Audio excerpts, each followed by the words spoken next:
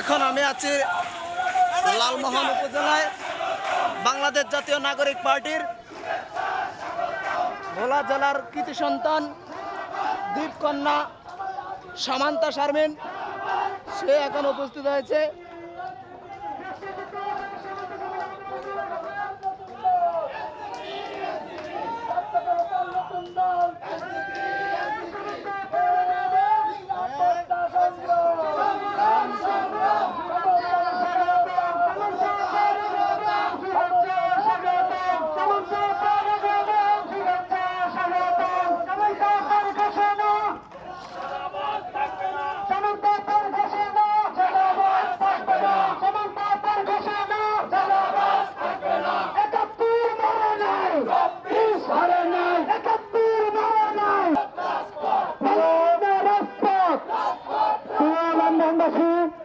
আপনারা জানেন এনসিপির ভোলার কৃতি সন্তান বাংলাদেশ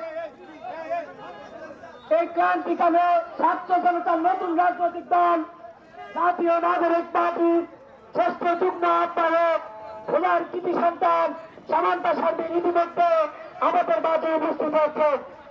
এই মুহূর্তে আমাদের মাঝে সাধারণ জনতা এবং লন্ডনবাসী জাতীয় নাগরিক পার্টির জ্যেষ্ঠ যুগ্ম আহ্বায়ক সামান্তা শারমিন ইতিমধ্যে আপনাদের মাঝে উপস্থিত হয়েছেন। এই মুহূর্তে তিনি আমাদের স্টেজে আছেন। তিনি লন্ডনবাসীর জন্য ছোট বক্তব্য স্থাপন করবেন।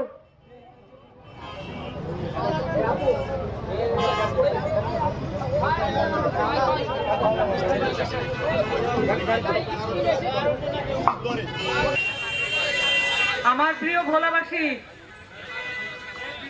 লালমোহনের অধিবাসী বৃন্দ, আসসালামু আলাইকুম। ছাত্র জনতার অভ্যুত্থান ঘটেছিল 2024 সালে 15 বছরের ফ্যাসিস্ট আমল শেষে। এই 15 বছর ফ্যাসিস্ট আমল আমরা যা যা দেখতে পাচ্ছি তা কোনো কিছুই ভুলে যাবার নয়।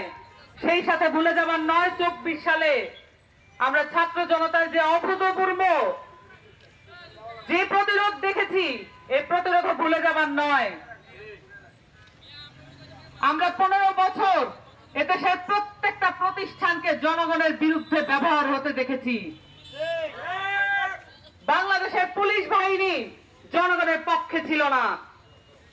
বাংলাদেশের যতগুলো সাংবিধানিক প্রতিষ্ঠান আছে, দুর্নীতি দমন কমিশন থেকে নির্বাচন কমিশন, প্রত্যেকটি কমিশন বাংলাদেশের মানুষের সাথে প্রতারণা করেছে।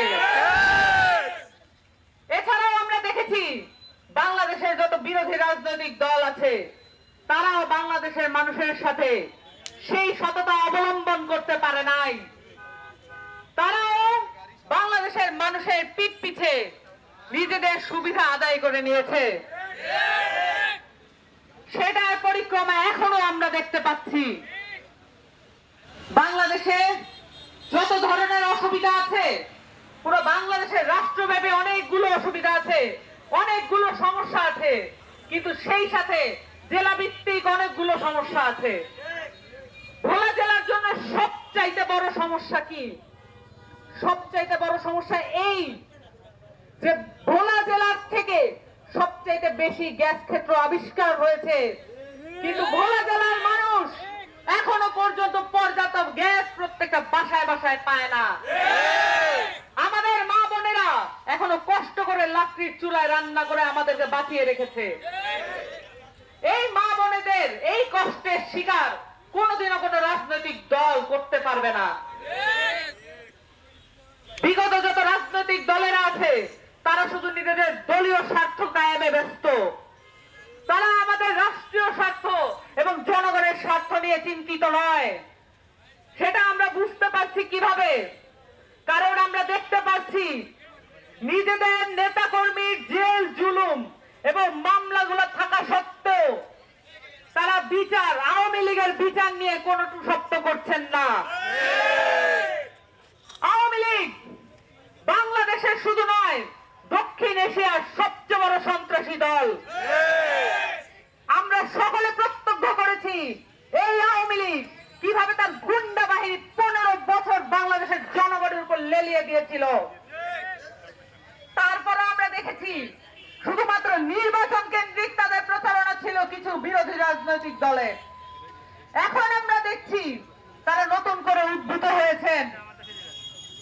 তারা বিভিন্ন জেলায় জেলায় উপজেলায় নিজেদের করাল গ্রাস করার চেষ্টা করছেন। তারা এমন কোন ব্যক্তি নাই, এমন কোন ব্যবসায়ী নাই যার কাছ থেকে চাঁদা তুলছেন না। এই চাঁদাবাজদের অত্যাচারে বাংলাদেশের জনগণ তথা এই আমাদের ভোলা জেলা অতিষ্ঠ। আমরা চাঁদাবাজদের বিরুদ্ধে ঐক্যবদ্ধ লড়াই স্থাপন করব, যেমনটা আমরা করেছিলাম 24-এর গণঅভ্যুত্থানের মধ্যে দিয়ে।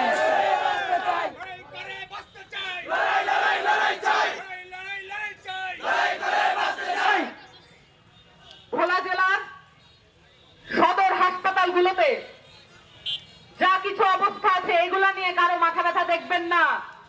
বক্তৃতাবাজি করার সময় এগুলো নিয়ে কোনো কথা বলতে দেখবেন না। নির্বাচনের আগ দিয়ে আপনাদেরকে নানান ধরনের প্রতিজ্ঞা করতে দেখবেন।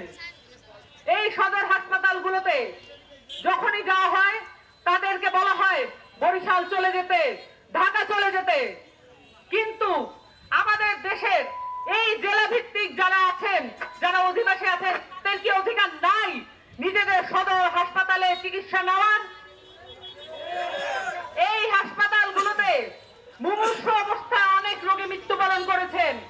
এই কেসগুলো আপনারা সবাই জানেন। এই সদর হাসপাতালগুলোতে ভালো ডাক্তার এবং ভালো প্রযুক্তি এনে এখানে সার্জারি পর্যন্ত করার ব্যবস্থা করা উচিত, কিন্তু এগুলো নিয়ে কাউকে কথা বলতে দেখবেন না। শুধু দেখবেন চাঁদাবাজি করতে, টেন্ডারবাজি করতে, ঘাট দখল করতে, মাছ বাজার দখল করতে। এগুলোর প্রতি মনোযোগ থাকবে, কারণ তাদের কোনো মনোযোগ নাই বাংলাদেশকে রাষ্ট্র হিসেবে গঠন করতে আর আমাদের সবাইকে নাগরিক মর্যাদা দিতে। আমাদেরকে সকলকে শুধু জনগণ বানায় রাখতে চায়, কারণ জনগণ বানায় রাখলে আমাদের উপর অত্যাচার করা অনেক বেশি সহজ। যদি আমরা সবাই নাগরিক হয়ে উঠি তাহলে আমরা অধিকারের কথা বলতে শিখবো। কিন্তু এই আপনাদেরকে আমি বলে দিতে চাই, এই 24-এর গণ অভ্যুত্থানের মধ্য দিয়ে আমরা সকলে নাগরিক হয়ে উঠেছি। আমাদের অধিকারের কথা আমরা মরে মরে বলবো, চাপ তলে বলবো, সকলের কাছে পৌঁছে দেব ইনশাআল্লাহ। এবং এই 24-এর ছাত্র জনতার অভ্যুত্থানের মধ্য দিয়ে আমরা বলেছি আমাদের দেশের যে ফ্যাসিস্ট সংবিধান আছে সেটা বাতিল হয়ে গিয়েছে। আমাদেরকে নতুন সংবিধান প্রণয়ন করতে হবে।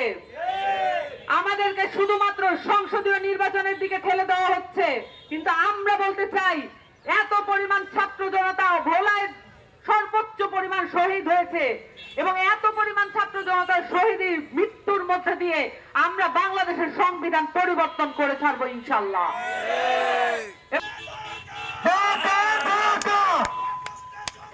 সংগ্রাম সংগ্রাম সংগ্রাম সংগ্রাম বাংলাদেশের মানুষের উপরে 1972 সালে চাপিয়ে দিয়েছিল আওয়ামী লীগ, তার এই পাপ কাজ আমরা দূরে ঠেলে দিতে চাই। আমরা দিল্লির সংবিধান দিল্লিতে পাঠিয়ে দিতে চাই।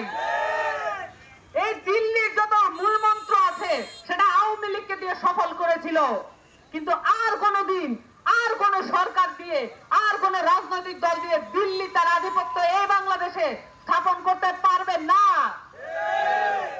বাংলাদেশের ছাত্র জনতা এই সংবিধান বিতরণের মধ্য দিয়ে যে নতুন নজির স্থাপন করতে যাচ্ছে সেটার সাথে আপনারা থাকবেন, সেটার সাথে বাংলাদেশের ছাত্র জনতা থাকবে, সেটার সাথে বাংলাদেশের সকল আপামর শ্রমিক জনতা থাকবে।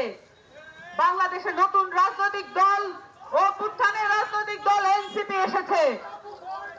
আপনাদের হয়ে চাঁদাবাজদের বিরুদ্ধে আমরা লড়াই করব, আপনাদের হয়ে টেন্ডারবাজদের বিরুদ্ধে আমরা লড়াই করব, আপনাদের হয়ে যারা আমাদেরকে নির্বাচন এবং সংস্কারকে মুখোমুখি করতে চায় তাদের বিরুদ্ধে আমরা লড়াই করব, আপনাদের হয়ে বাংলাদেশের সমস্ত সংস্কারের পক্ষে আমরা লড়াই করব। আপনারা এনসিপির সাথে থাকবেন, আপনারা পরিবর্তনের সাথে থাকবেন, আপনারা বাংলাদেশ রাষ্ট্রকে পুনর্গঠনের সাথে থাকবেন। সকলকে আসসালামু আলাইকুম।